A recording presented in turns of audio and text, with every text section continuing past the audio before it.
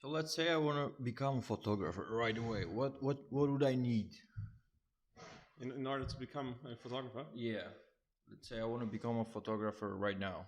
What should I do? What do I need? Well, first of all, you need a camera, and How that's do I choose that? This is a big question. What camera should I get? Because I'm a beginner, but also want to get some kind of professional pictures done. well, Is my phone enough to start to become a photographer? it pretty much depends on the field of photography you want to go in or the clients you want to work for. I want to work, let's say. This is also part of the question. I want to become a photographer. I want to make a living out of it. So what should I do? What type of pictures should I take? Well, that depends on what you feel comfortable with. So, for example, if you there are people that are really good at taking pictures of other people, and on the other hand, there are people only taking photos of, let's say, cars or interior shots who could never think of taking pictures of other people. So it pretty much depends on what you feel comfortable with and what you like, actually, what you like taking pictures of. Let's say I like to do street photography, but I would never make a living out of it. What should I switch to? Well, you might want to try taking portraits, or maybe even become a wedding photographer. That sounds nice. To go in a wedding without being that your wedding. If you don't want to get married, you can become a photographer and go to someone else's wedding. Oh, that's true. You can go to many weddings if you want to become a wedding photographer. And how about the camera? What should orientate me to find a nice camera, let's say? So to start with, there are a lot of brands and cameras you could Which try. one is not the best one, but appropriate for beginners that I know that I can use, and I don't need to know those shutter, ISO, all details things at first. Well, but I can just start That's the shooting. thing you should know first, anyways.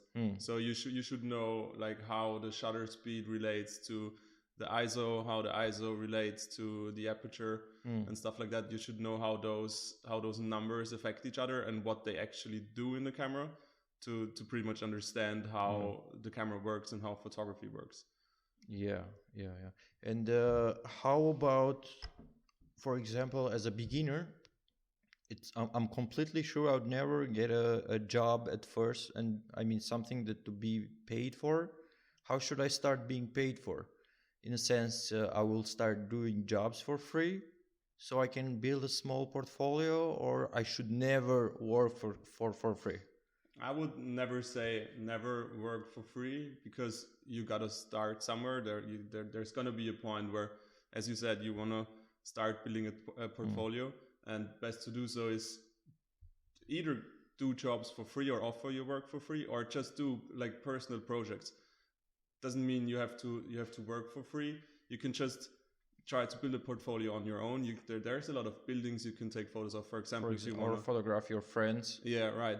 Just ask your friends. You're gonna do them a favor, and once you realize that you like what you're doing, or maybe even realize that you're really good at taking photos of other people, you're gonna have a nice portfolio. Your friends gonna love you, because everybody loves getting pictures for free. Yeah. So that's definitely a way to start. Well, this is Sebastian speaking. He's Austrian actually, but since he contributes officially for the Visit Austria website, which is mostly, I believe, viewed by internationals that want to visit or live in Vienna, I thought it's a good idea to have his point of view, actually, how locals also see us and what do they introduce us with, so we keep loving their city even more. So I thought of having a chat with him, and also why not a beer, which we are. So time to time you will hear us drinking. Luckily you won't smell us drinking. And Sebastian has done many great works. You can follow him on Instagram on his page Sepulb. That's SEPLB. He has also a website with the same name, sepulb.com. Do I pronounce it all right? Yeah, that's all right. Yeah.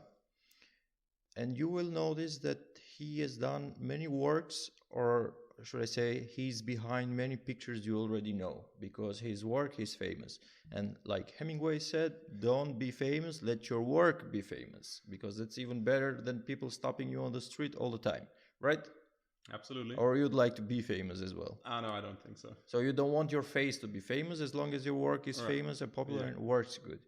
And how did this all start? So you mean like the whole Instagram thing or taking pictures? Well, let's say for now you're quite a successful photographer in Vienna and abroad. How that thing that we'll find out later. So let's go back to the beginning. This is kind of not the end, but this is the point where you are right now. So, but how did this start, and when? So What made you get that camera that you have now, or the one before that? that's a good question. So actually, at some point, I started taking pictures with the phone on like vacations and traveling back in the days with my parents or on my own.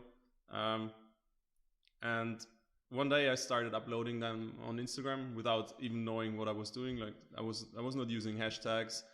I wasn't adding any captions. I was just uploading them, thinking that would be kind of enough. And that was in 2016, I think.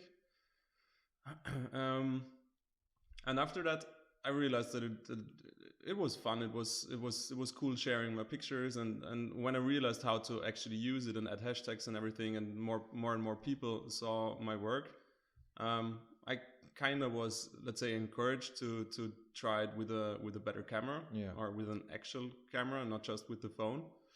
And that's when I started taking pictures with the first DSLR I owned, which was my... For those who don't know, it's what we normal people call professional cameras.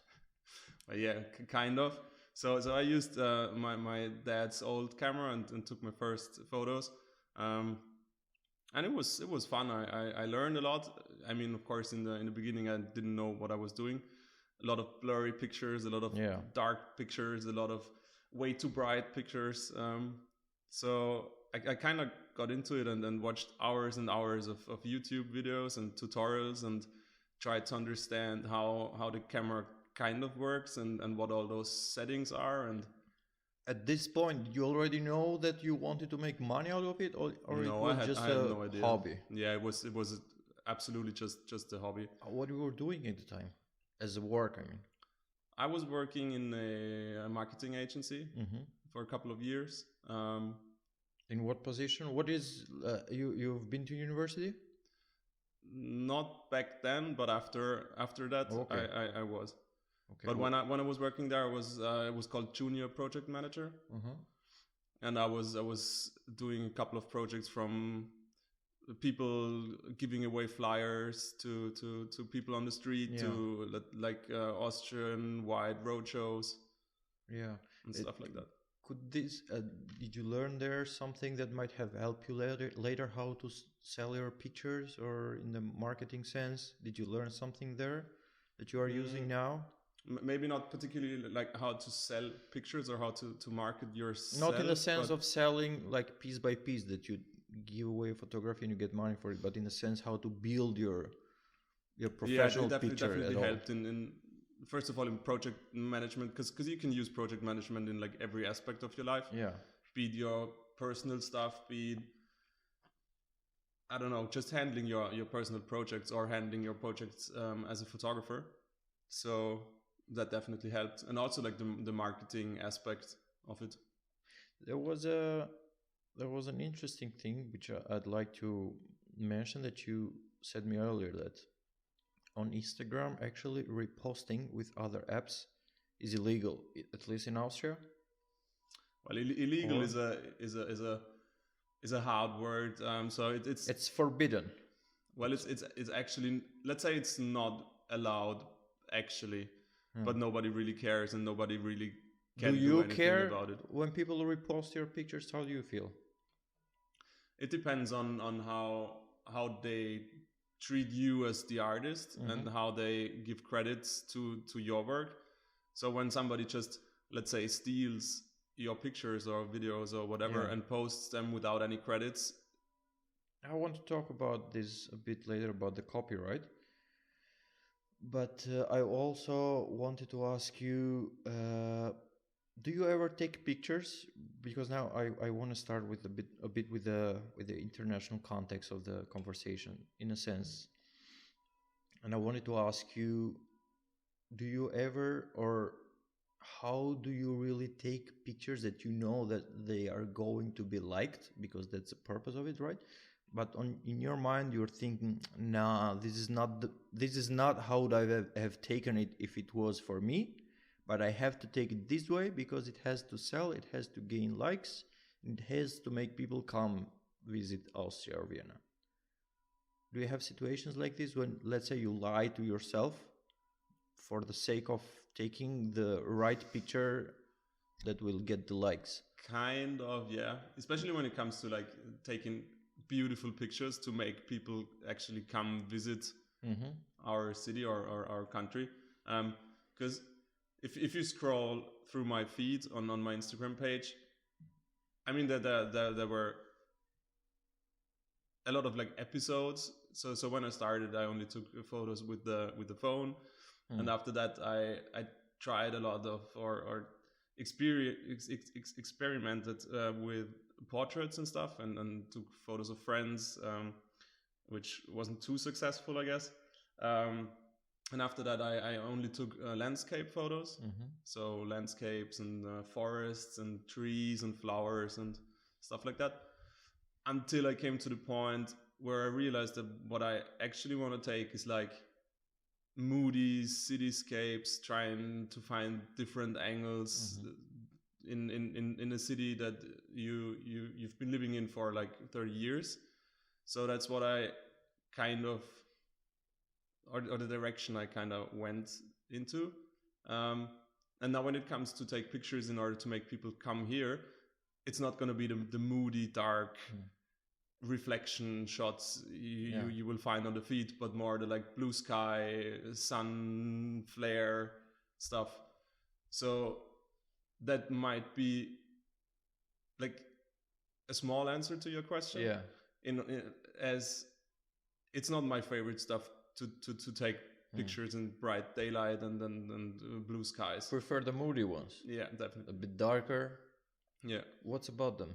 Why you think that's the real Vienna, or that's how you see yourself in the pictures? Because for everyone who lives in Vienna, we all know that there are so moody days in here, so it's not that sunny the whole year. Sure. But you say to the international, to the tourists, you try to introduce it as much as possible as blue skies, sun, you know? Yeah, it might be the same as, for example, if you think of Schönbrunn or the Karlskirche or the Stephansdom, what people want to see, or at least it seems like they want to see, is like the majestic beauty of that place. Yeah. So when a tourist thinks of Schönbrunn, they want to see the whole castle in all its glory, for example. But as somebody living in Vienna, what I try is to find different perspectives and angles of a place that you've seen a couple of thousands of times. Yeah. But those details sometimes might not be like super appealing to tourists who want to visit. So that's pretty much the same thing, actually. And that's the same thing with the moody days. What I try is to find the beauty in the moody days as well, or find the beauty on a rainy day where other people would just sit on the couch and watch Netflix, for example. Yeah. You can still take great pictures and really cool and interesting shots even on rainy or cloudy days. So that's my approach to that.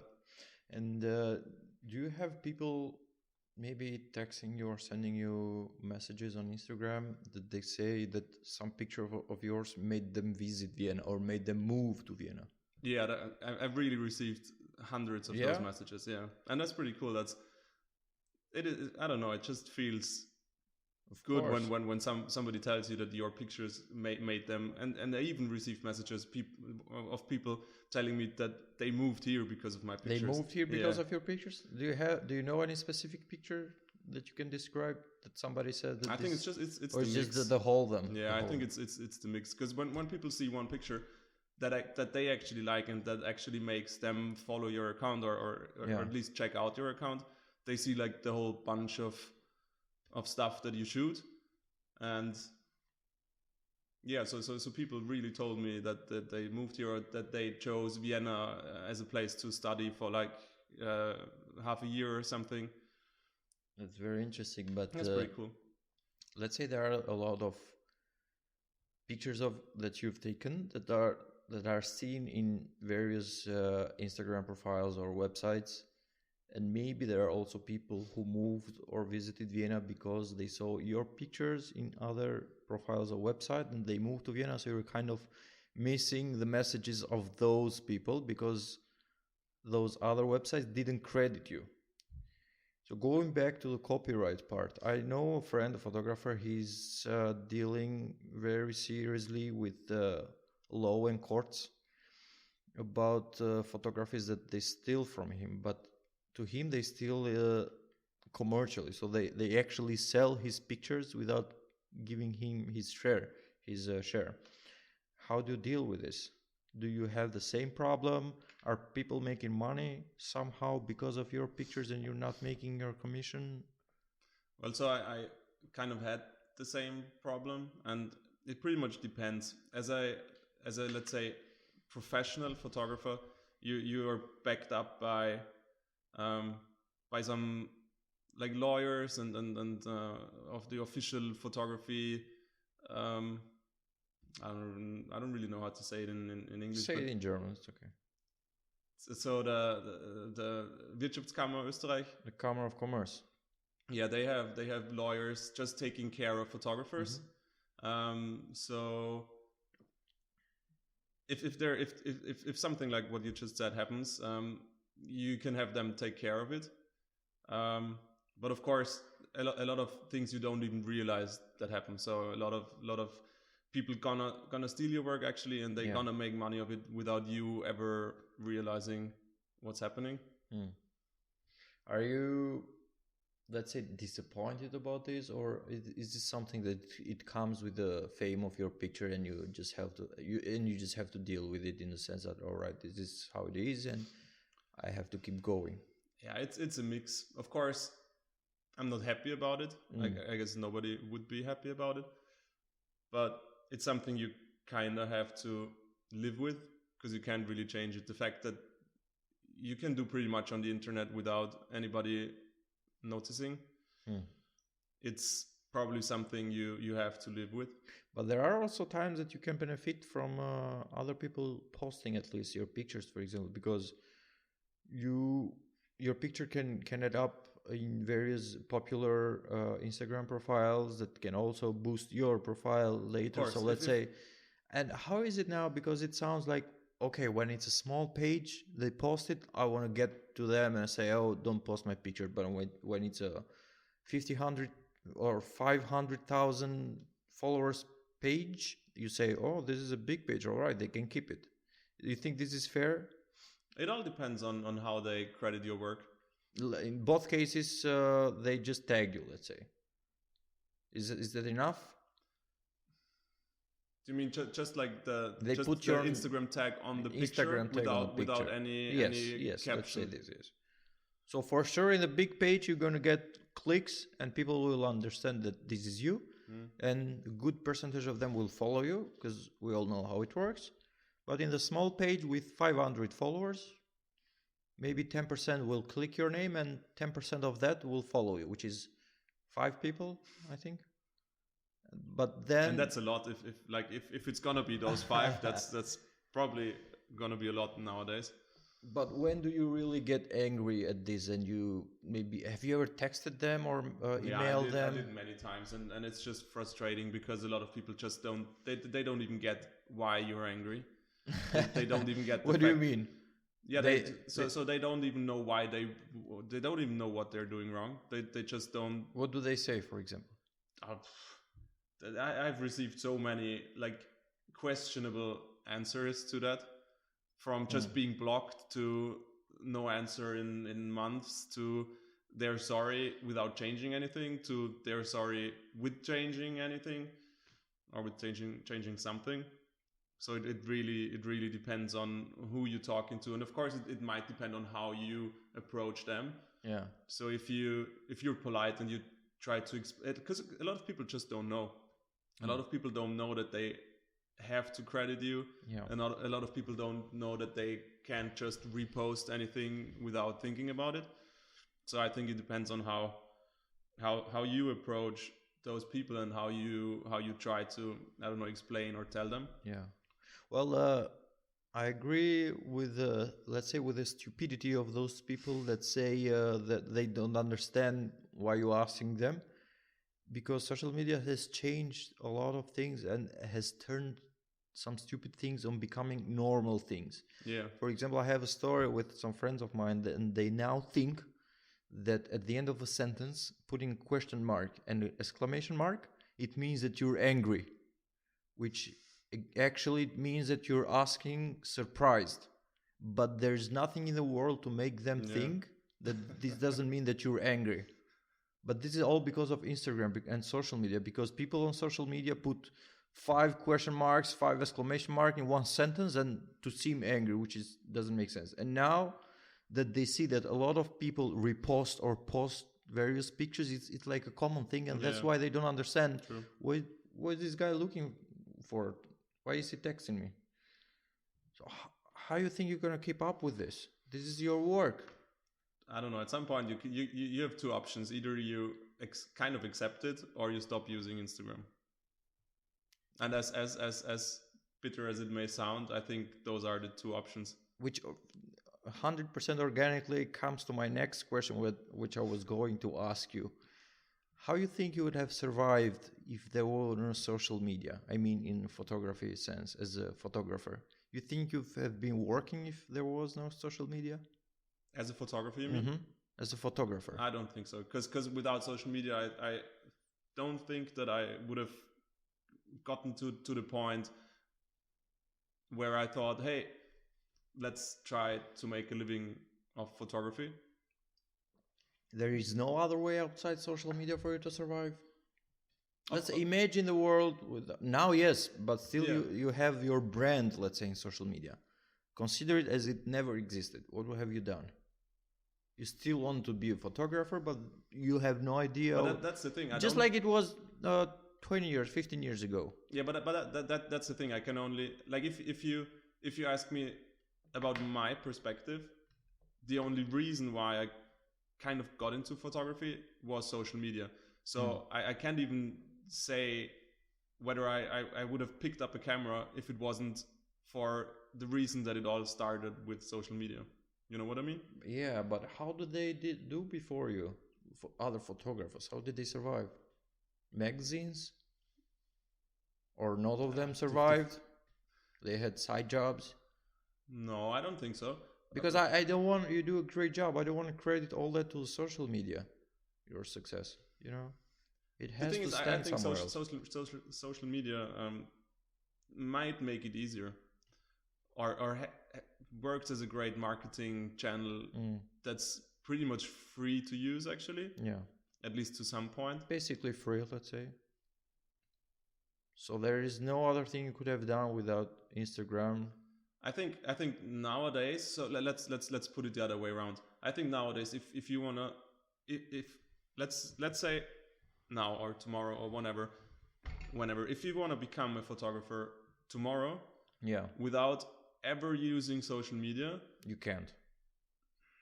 Let's not say you can't, but it's gonna be really, really hard.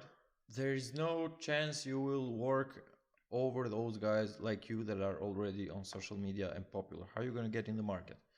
Only if you start working with a big budget and you immediately get clients high up, or you're the son of somebody that knows somebody and get you to the market right away, and you start distributing the word organically to the people, and then you're busy. But how chances there are to chances might be pretty low. But you can, let's say you're really, really good and you're able to build a portfolio real quick. Let's maybe, which you're gonna publish where? In a website, for example, or make it like really old school and let's say you want to become a car photographer. Besides the fact that, of course, every car brand is going to work with social media as well. So they're going to need photos for social media in order to push their channels. But let's say, Well, that's another thing, yeah, because sure, they have their of course. profiles on social media. But This is more let's say individual. you don't. So you try to build up a portfolio, you print it, or you just send it to, let's say, big car houses selling luxury cars, and your photos, I mean, they must stand out in a way that, I don't know what it could be or what it would be, but they must be so good that they would just say, you're hired and shoot for us. So you're saying that if it's worth it, it will find its way. I think so. If you really want it, you gotta answer the question first. Why you don't want to use social media? Yeah. Well, no, I was just saying that I was trying to figure out if part of your success is you own it to social media, or you owe it to social media or not. Which, let's say, part of it, or maybe most of it. I don't know. Of course, social media. Yes, of your success, not of your skills or talent. But I wouldn't even say no to that, because social media definitely helped in order to like be inspired by other people, know how to evoke feelings, how to take better pictures also, because there are a lot of guides on social media, a lot of people inspiring you, a lot of other creators, artists that you can learn from. So that's another good thing of social media, and that's definitely something that contributed to my work as well. Is your work influenced by other photographies or photographers? Yeah, definitely. I think everybody's work is, let's not say influenced, but inspired by somebody else, probably. How much of your work is original on Instagram? Not in the shooting sense, because of course they are yours, but as an inspiration or creation. It's pretty hard to say. I have no idea. Like every photographer or creator in every sense knows and is aware when he has copied a style or some picture that another photographer, let's say in Toronto, did, and you did the same one for Vienna. But that's I think that's like the last stage of evolution as a photographer, to find your own style, to find a style that people can recognize. And when they see a photo, no matter which page it was posted on, no matter whether there were credits given or not, and they know that it's yours. And that's where you want to go to, in a way. But I think in order to do that, you kind of need to copy first. You kind of need to recreate or try to recreate others pictures or other photographers' styles to find your own at some point. So you're still on the way of finding that. You're 100% I don't know if the style. journey ever ends. So even when you say you or when you can say you found 100% your own style, it's gonna change over time. You're gonna be inspired by somebody else. You're gonna, I don't know, maybe just want to change something, maybe just get bored by your own pictures, so that you're gonna change in another way. Do you have one or many favorite photographers? Also dead ones, not only live ones. There definitely are some, and also example, big inspirations. Also on social media, a lot of people that I know. That's what I said before. When I see a shot, I know it's theirs. For example, can you mention a name? Well, for example, on Instagram, for example, Koki, a guy from Japan. Okay. He takes pretty cool pictures, pretty unique style, pretty cool guy. Don't know him personally yet, but you know who has a really good style, and since you like landscape, this guy Chris Burkhardt. I don't know if you know him. Have you heard of him? He's a guy that you can recognize his pictures right away. And he's, I think, also an outdoor guy. He does outdoor sports, something like this. I don't know. I haven't seen him in social media in years, but he's also some guy maybe that you should check out more often, because you also like landscapes, and he does a lot of landscapes. And how about the history of it? Like some guys from the history of photography, guys that started it or done it better than us, than us, in the sense that you are doing it right now, you and your colleagues. So do you have any idols from the past? I should probably, but No, it doesn't mean you should. I don't I'm know. just So, asking. yeah, at the moment I couldn't really name any specific ones where I would say that I was like super inspired by their work. And is your aspiration somehow getting also into video making? Yeah, definitely. Definitely. Yeah, And because of two reasons actually. The first one is that I really like it because you can. So with videos, you can just transport feelings sometimes better than with photos or with stills, because it's different. So you can tell stories or feelings or stuff like that. You can just tell it more precisely than with just one photo. And on the other hand, I think that in the near future, just being a photographer, especially when it comes to social media, working for social media brands or stuff like that, it's not going to be enough anymore. So you gotta have to be able to create videos as well. And and going back to my favorite topic of this, it's also the copyrights again. What is the one that hit you more in the sense that you remember most of them? Something that you might have liked or not, but that was totally like you also were surprised. Somebody that posted your picture.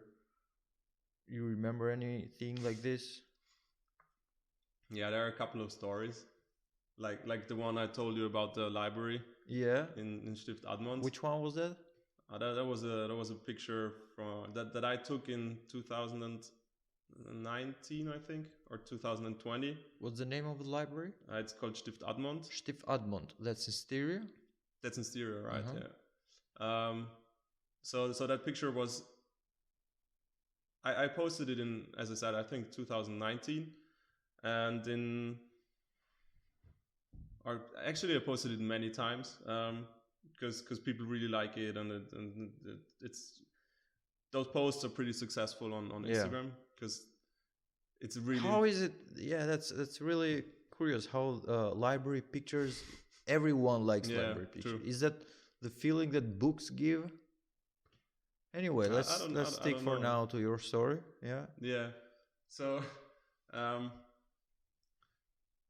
in January 2021, Oprah reposted one of those. Oprah Winfrey? Yeah. Oprah Winfrey posted your picture? Yeah, she did. And so.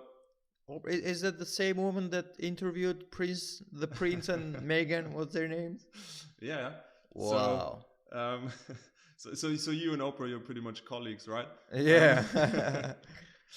No, yeah. So she posted it, and so she credited you at least. Yeah, sure. So but how many followers she has? I don't know, something like 600,000. But that's so she has way more followers on her like personal account, but she has that Oprah's book club account. So that's the one that posted it, and that one has 600,000 followers. Okay. Or something around that. But it's still official and it's hers, right? Yeah. Oh, wow. Yeah. It's also like it's got that blue tick on Instagram, so it's verified. It's a verified official account, and yeah. So that's when things started. And I think the reason why they or she might have seen the picture was because of Instagram pushing reels. Reels? What's reels? What does it mean? The short videos, the 15 to 60 second reels. And I posted one featuring the library, and that one had like, I don't know, 1 million views or something over a couple of days or weeks. And went pretty viral, and like every big traveling sharing account on Instagram reposted that reel. So all in all, it had like, I don't know, maybe 10, maybe 15 million views, something like that. So probably at some point, Oprah or somebody working for Oprah or somebody organizing that account or whatever saw that video, and they had the idea of sharing the photo. And yeah, so that was one of those Highlights. memories you mentioned before. And after that, a lot of newspapers wrote stories about Oprah, kind of suggesting that library to That was in the news. Yeah, on many, like on the internet, and many. Check that out. Which one? Do you remember any name? Or how can we search it with keywords? Yeah, you can just search for Oprah Winfrey boosting stereo tourism, for example. Oh. So there were a lot of articles, and yeah, all of those newspapers wrote articles like Oprah Winfrey, or like what a sensation that Oprah Winfrey suggests the world to visit that library, which was pretty funny, because actually it was you could have done it, or the newspapers could have done it the other way around. Like they could have wrote articles like, oh, what a cool story that some small photographer from Vienna posts something that Oprah Winfrey thinks is so cool that she shared it. Yeah. But they didn't. And well, it's what we said before, let your work be famous. True. But they didn't even, all the newspapers, they didn't mention my work at all. Not at all? Not at all. Austrian newspapers? Nope. They just told everyone how cool Oprah Winfrey was, and how cool it was that she shared what the fuck? Shared a photo of that library. Without none of those newspapers, not a single one. Did you wrote something to them, to the newspapers? You said that, hey, this is me, or? I did, without any success. Yeah. So they didn't, I didn't even get answers from them. This is bullshit. But this was, let's say, right in your beginnings somehow. So your reputation wasn't as high as now. So probably now everyone answers your emails. I'm not too sure about that. So it's not that long ago. It was in 1 year ago. Yeah, right. February 2021. And did that change a lot? Did it boost a lot also your profile, your business? Not at all. Not the news, the picture that Oprah posted. Post. It did a little bit. Like in the social media terms of boosting. And how do you manage to? You are now self-employed, right? Yeah. Is that easy? Because it doesn't sound easy. A lot of people want to do self-employment, but there's this risk that they say, oh, but what if I don't find a project? What if I don't make enough money? So they never move to self-employed and stay employed somewhere else, and they don't do what they want to do. How can you encourage people to be self-employed, or you don't want to encourage them because you don't want competition? No, I'm not afraid of competition. Competition is good in a way, but yeah, of course it's a risk you have to take when you want to become self-employed. It can be super fun. It can be super cool. Nobody telling you when you have to go to work. Nobody telling you what you have to do. But on the other hand, you have to tell yourself. You have to find clients. You have to manage your projects. You have to keep your deadlines in mind and stuff like that. Yeah. So of course it's got a lot of advantages. For example, that when there is a Tuesday and I don't have a project deadline, I can stay in bed as long as I want, for example, or I can take the day off and, I don't know, go hiking, or meet friends or whatever. But on the other hand, when there's a Tuesday where you don't have work, you don't have work. And when there's another Tuesday and another Wednesday, you're not going to pay your rent anymore. So you always have to find that balance between... What do you mostly work with? Let's say, how do you pay your rent? What work provides you with the right amount to make a living, and then the rest is, let's say, extra. So at the moment, probably it's 90 to 95% B2C projects. Mm-hmm.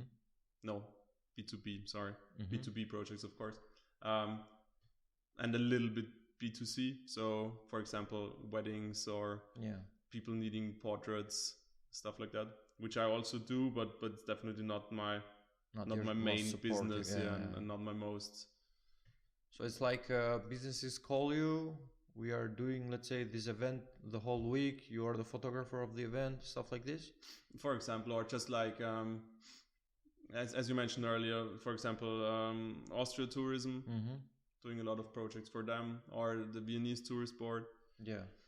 Are you the only photographer for the Viennese tourist board, or no? They have many. For also many for like different fields of photography. Which one do you cover for them? What field? So I would say like cityscape, architecture, also events, stuff like that. But what I definitely don't do, for example, is like food shootings, for example. I still find that a bit stupid. But that's business anyway. For a restaurant, it's business. Yeah, to of course. Promote their food. But I still don't like when people post on their Instagrams what they're eating. Yeah, Why would you want to do that? What are you showing to me? That this is an expensive plate that you can't afford, but someone else is paying for it, and you're eating?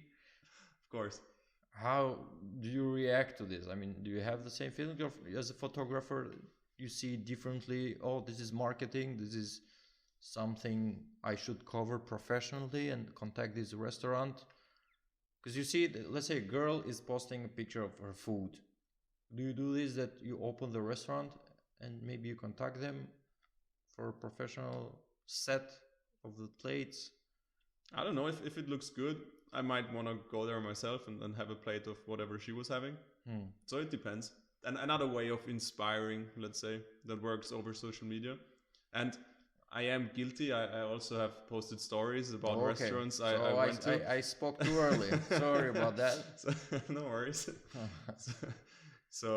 But also like. But then that's good. You can explain me the point of it, since you've done it. What is the point of it? You have 31,000 followers, and you're showing us what you are about to eat. Yeah, let's say it's the social part of the social media thing. So you don't believe that every picture should mean something or show something that not on it's worth stories. it? I mean, I wouldn't post it on my, let's say, professional portfolio account, because it just wouldn't fit there. But stories are for entertainment in a way. So you can, or that's what I do. I don't post a lot of stories, but I do sometimes, and sometimes when I'm out with, I don't know, friends or family or whatever, it's fun to post some stories, tag friends or family that's with you, they repost it, so it's kind of social, social connecting thing. And back to the point of it, I get a lot of replies from people asking where that place is, or if it was good, if it was worth a visit. So you definitely see that some people actually care about it, and some people actually consider. You think they consider that the food is good just by the picture of it? They do. Or they just want to go there and take the same picture as you and say, we are at this restaurant where Sebastian was, or we are taking the same fancy picture of the food because we are cool people and we go to cool places. Yeah, it might be a mix. I don't know. Well, your profile is pretty popular. Shouldn't do these recommendations for free.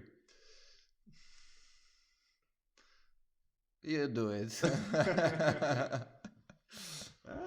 mean, yeah. Sometimes I think the same. Yeah. Well, I think one of the things that, as much as I know, photographers, they have always trouble. Let's say, not really trouble, but with girls. How is it that do you get many messages from girls trying to get you photograph them, or? I do. How do you manage? I sent them my price list, and then they don't know how to react. No, it's a nice one. I did sometimes, because I don't know, sometimes people have very strange expectations. Yeah. For example, I was asked how much I would charge for going with I don't know, I can't remember if it was just like a solo traveler girl or a couple. Let's say it was a couple, and they asked me how much I would charge for going to all the like different follow famous, them around. follow them around for 2 days. And here, they asked here me, or abroad? No, here. So they would come to Vienna, and they they didn't even, or they didn't just want me as their personal photographer, but also as their like personal tour guide to recommend places to take them to all the famous tourist spots and stuff, and take pictures. And they asked me how much I would charge for that, and I asked them how. So what about their budget? They should just tell me what they can afford, or what they thought about what they would spend for those 2 days. And she replied 50 euros for 2 days. Yeah. Oh, you don't and even. Then and then you sit there with that answer, and I didn't know what to reply. There's no place in the world you can get that cheap. Maybe in my home country, not even there anymore. 50 euros, where are they coming from? I have no idea. I can't remember. But that's maybe China. I don't know. Or that happens so many times. So at that point, you just have to say sorry, you're not available, or sorry, that's not gonna work, because it doesn't even make sense to discuss prices, right? When the expectations are around 50 euros, but you rather think of. Well, you can tell them I'm sorry, this is way beyond my budget expectations. I can't do that for you. You don't have to lie to them. Sure. So they somehow can also have an expectation for other prices once they come to Vienna, because anyway they might hire a guide or another photographer, so they have to have an idea. So this won't be repeated, and they won't text to other people with the same price range. Sure. That's ridiculous. 50 euros for 2 days. Well, not funny, but this other thing, you send them the price list. I imagine some girl sending you messages. Oh, I'd like to do a set, but somehow she's hitting on you, and you just send them the price. Yes, this is my price list. Just let's talk through my website. Click on my online shop, and we'll talk on that. Good one. Well, I wish you a lot of success, which you will definitely have, because you do great pictures. For those who are interested and didn't catch it in the beginning, his name and profile will be in the description of this episode. And so you will be able to be as amazed as I was when I first saw his profile. This was Sebastian Burziwal, and I thank him very much for being with me today. Thanks for having me. Thank you.